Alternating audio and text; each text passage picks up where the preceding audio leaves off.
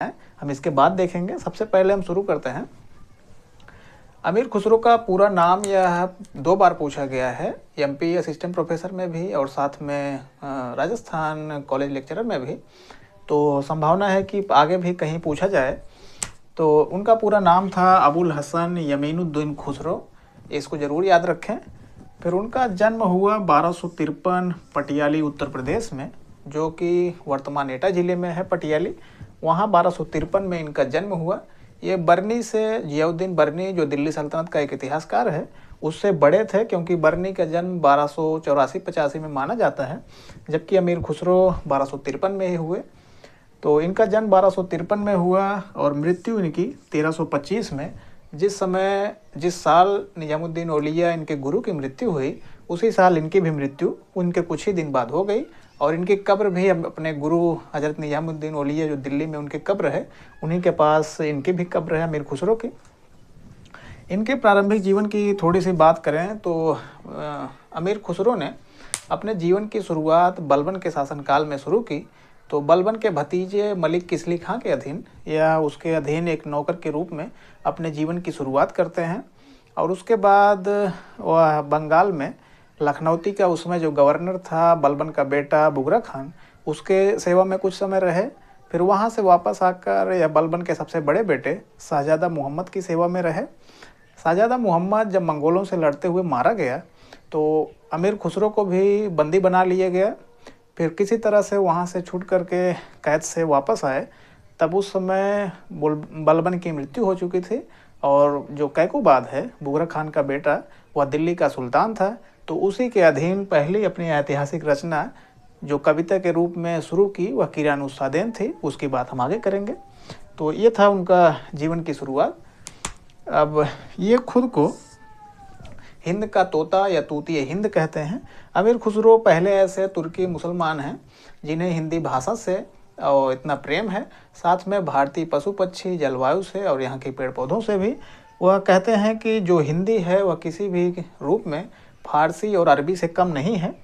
तो इसीलिए वह खुद को हिंद का तोता कहते हैं, जो हिंदी बोलता है। फिर निजामुद्दीन औलिया के वह सबसे प्रमुख शिष्यों में से एक थे। तो यह भी महत्वपूर्ण है, पहले भी पूछा गया है। और जियाउद्दीन बरनी भी निजामुद्दीन औलिया का शिष्य था। अमीर खुसरो भी उनके बड़े प्रिय शिष्य थे। ये हो गया।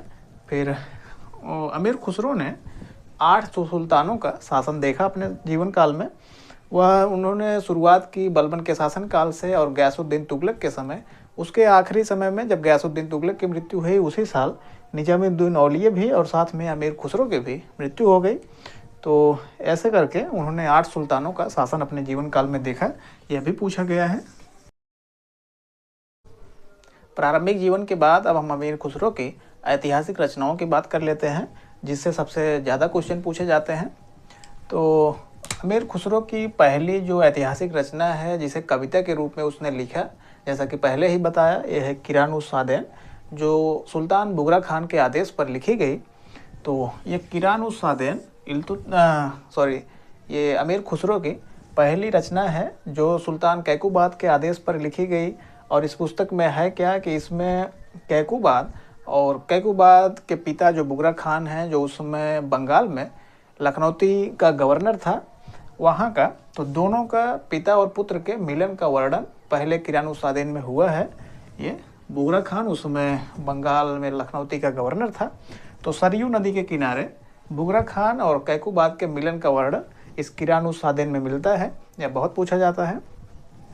पुस्तक कब किसके शासनकाल में लिखी गई और उस पुस्तक में क्या वर्णन है, यही जानना इसमें ध्यान देने की बात है। और यही जानना जरूरी भी रहता है कि कौन से पुस्तक किसके शासनकाल में लिखी गई और उसमें किस विषय का वर्णन है। तो यही तो किरानुस्सादैन कैकुबाद के शासनकाल में लिखी गई और उसमें उसके पिता बुगरा खान के मिलन का वर्णन है सरयू नदी के किनारे। एक बार यह भी पूछा गया था कि यह मिलन कहाँ हुआ। दोनों के मिलन का जो वर्णन है यह सरयू नदी तट पर, यहीं पर इसका वर्णन है इसमें।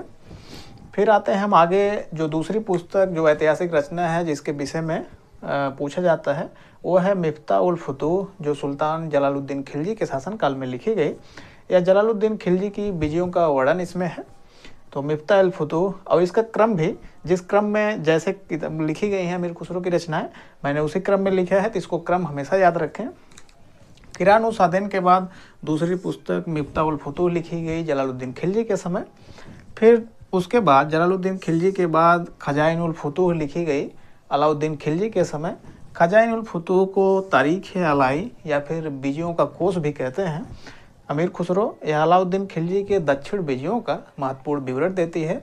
तो अलाउद्दीन के खिलजी की जो मलिक काफूर के नेतृत्व में दक्षिण की जो भी विजय हैं, देवगिरी हो और वारंगल हो या फिर पांड्य राज्यों के खिलाफ जो अभियान उन्होंने किए थे, उनका बहुत जीवंत वर्णन अमीर खुसरो ने खजाइन उल फुतूह में किया है। क्योंकि वह मलिक काफूर के साथ दक्षिण अभियानों में साथ थे, तो इसलिए उनका ये खजाइन उल फुतूह में ही है, अलाउद्दीन खिलजी के शासनकाल में लिखी गई। फिर इनकी चौथी पुस्तक है आसिका देवल देवी खिज्र खां, यह भी अलाउद्दीन खिलजी के शासनकाल में ही लिखी गई।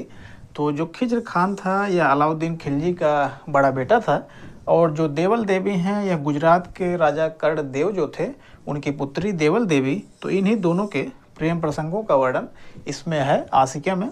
इसको कभी आसिका भी दे सकता है, आसिका देवल देवी खिज्र खां भी। जो भी यह भी पूछा गया था कि जो आसिका देवल देवी ये पुस्तक है यह किसके शासनकाल में लिखी गई। तो अलाउद्दीन खिलजी ही उस समय सुल्तान था, उसके आखिरी समय में जब उसके पुत्र का और साथ में गुजरात के राजा कर्णदेव की जो पुत्री हैं देवल देवी, उन दोनों के प्रेम प्रसंगों का इसमें वर्णन है इस आसिका में। फिर आते हैं हम नूह सिपेहर पे। तो नूह सिपेहर लिखी गई कुतुबुद्दीन मुबारक शाह खिलजी के समय। यह कुतुबुद्दीन मुबारक शाह खिलजी खिलजी वंश का अंतिम शासक है, उसी के आदेश पर नूह सिपेहर की रचना की गई। और नूह सिपेहर में जो सबसे महत्वपूर्ण विवरण है, इसमें भारतीय पशु पक्षी, जलवायु और पेड़ पौधों का बहुत प्रशंसा की है अमीर खुसरो ने, और यही है इसमें नूह सिपेहर में। यह लिखी गई है कुतुबुद्दीन मुबारक शाह खिलजी के समय। फिर अंतिम पुस्तक जो अमीर खुसरो की मानी जाती है वह तुगलकनामा है। तुगलकनामा गयासुद्दीन तुगलक के समय लिखी गई, और इसी के बाद उनकी ऐतिहासिक रचनाएं खत्म हो जाती हैं। उनकी अंतिम ऐतिहासिक रचना ये तुगलकनामा ही है। और गयासुद्दीन तुगलक के ही शासनकाल में उसके मरने के बाद 1325 में ही गयासुद्दीन तुगलक की मृत्यु के बाद निजामुद्दीन औलिया की मृत्यु हो जाती है, और उसी साल अमीर खुसरो की भी मृत्यु हो जाती है। अमीर खुसरो की कुछ साहित्यिक रचनाओं के विषय में भी पूछा गया है, एक दो, जैसे कि जो हस्त बहिस्त है और साथ में वो एजाज खुसरवी, इन दोनों के विषय